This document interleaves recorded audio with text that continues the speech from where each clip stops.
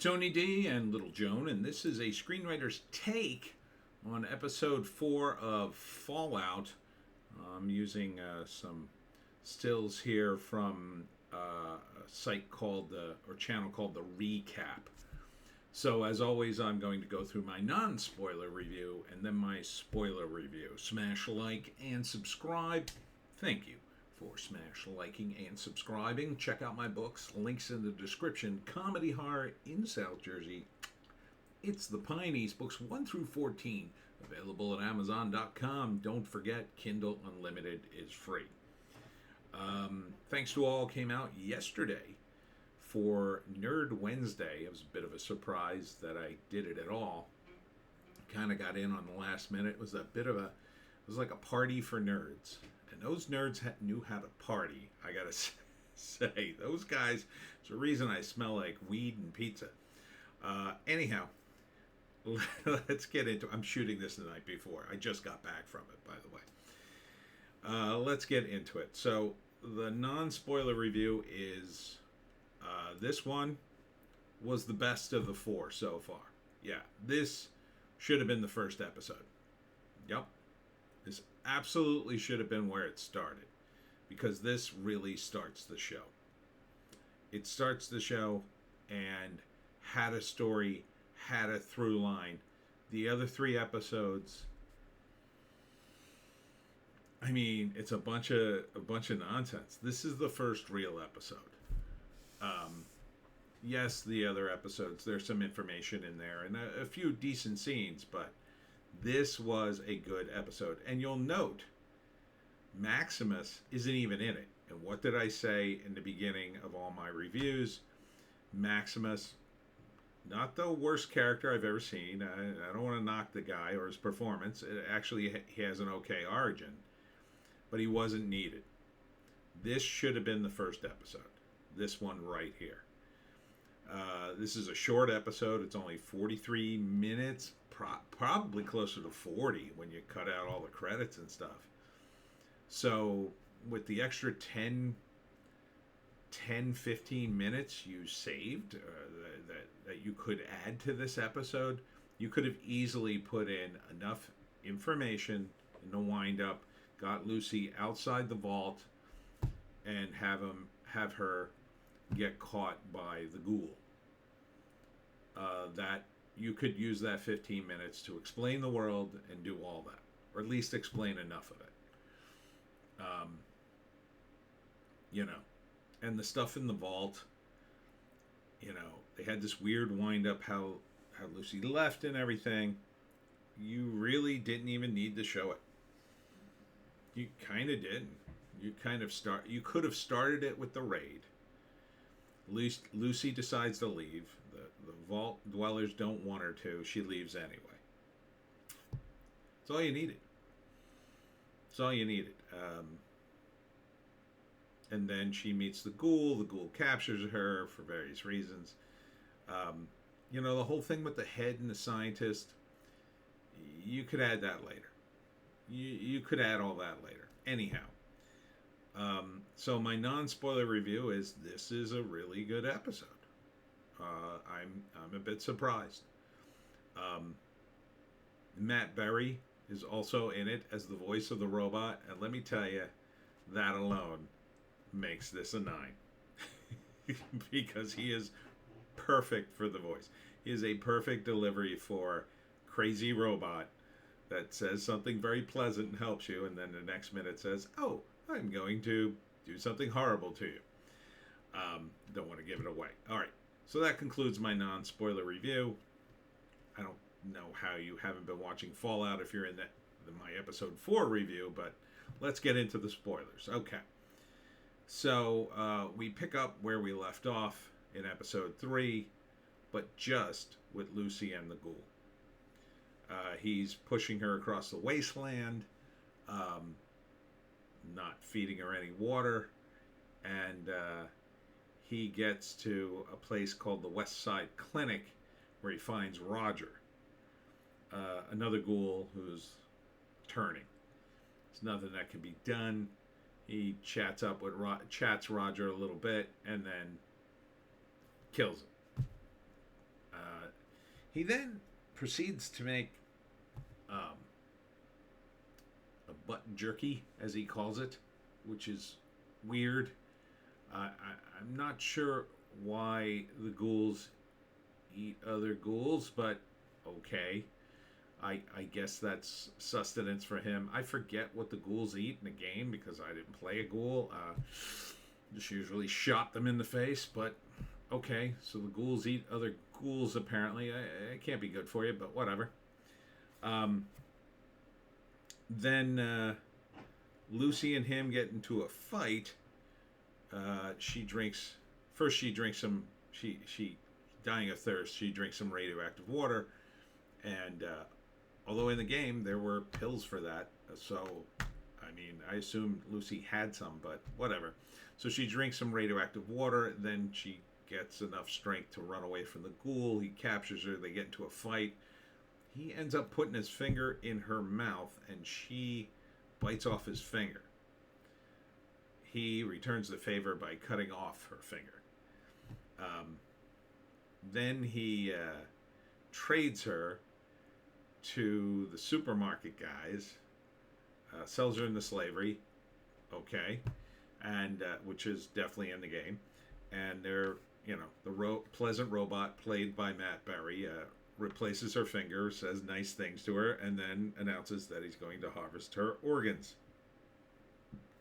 This, of course, is not going to happen. She ends up in a fight with the robot, essentially takes him hostage, and uses him as a weapon to attack the two weirdos that are harvesting organs and making the precious vials for the ghoul. In that process, she frees all the ghoul prisoners. And I'm not sure why they have ghoul prisoners, but they do. And then some of them have turned feral.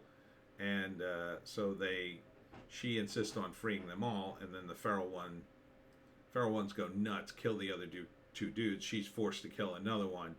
She's very conflicted by that. Oh, and she gets her finger back because of Matt Berry robot. Then she gives the ghoul a bunch of vials and spares him, even though he cut off her finger, took her hostage, used her as bait, threatened her at every turn. Okay. And then says golden rule, MFer. Okay. I can see the through line there. The through line is Lucy is determined to be a good person, despite the ghoul. Then Walter Goggins, ghoul, goes into the supermarket after making himself normal again with a couple of vials, realizes there's dozens and dozens of vials in the place, takes all them and their drugs, takes all the various drugs, and then watches a video of one of his old movies. And that's kind of interesting. So, yeah. So, okay. The only slight question I'd have is why didn't the ghouls who are freed, maybe try to come back and get some of the vials because they need them too, but maybe they don't know about them. Are they making? I don't know. I don't remember what they make the vials out of. I don't remember that in the game. Is that something new or is that in the game? Anyhow, kind of a short episode. Oh, and I forgot all the vault stuff. So they occasionally keep cutting back to the vault. Her brother is investigating Vault 32, while the cousin is seduced by the pregnant girl who then starts to give birth. They end up going into Vault 32. They determine that the vault dwellers died 2 years ago, all by suicide. So this is a theme that was in the game. In one of the vaults, they had, I think they had poisoned the water with some experimental drug or something. They all went crazy and killed themselves. So I guess that might be this story too, but I'm not sure. And then the big revelation is Rose McLean, mother to Lucy and her brother, they used her Pip-Boy to open the vault, which leads me to believe that maybe the true Raider leader is her mother, and that's why Kyle MacLachlan hasn't been killed. They actually kidnapped him, and then he's going to go back to his wife, who, I don't know, is some warlord?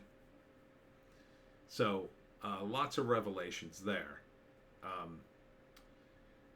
Still same question, though.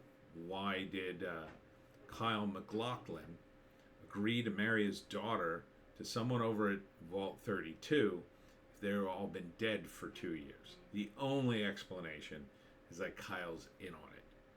Kyle knew they were all dead because he was the head honcho. He could vouch for the Raiders coming over. He has to be in on it. Why? I don't know. Maybe it's because he knows about the experiment and he had to get out before everybody killed themselves. So, it seems to me he'll be a bad dude at the end of this. Okay. Alright. So it's starting to line up. Took 4 episodes, but it's starting to line up. Yeah. I think it was too many episodes to get here, but that's just me.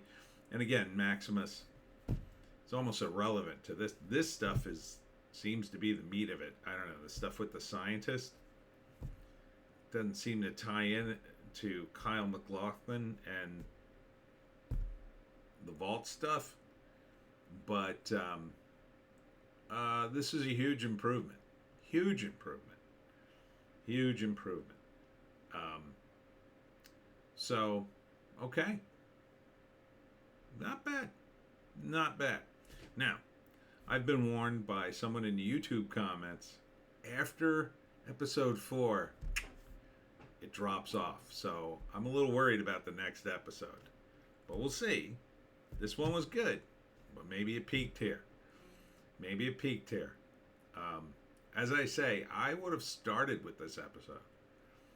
I would have gone down a slightly different route. I'm not up for all the melodrama they're jamming into this show.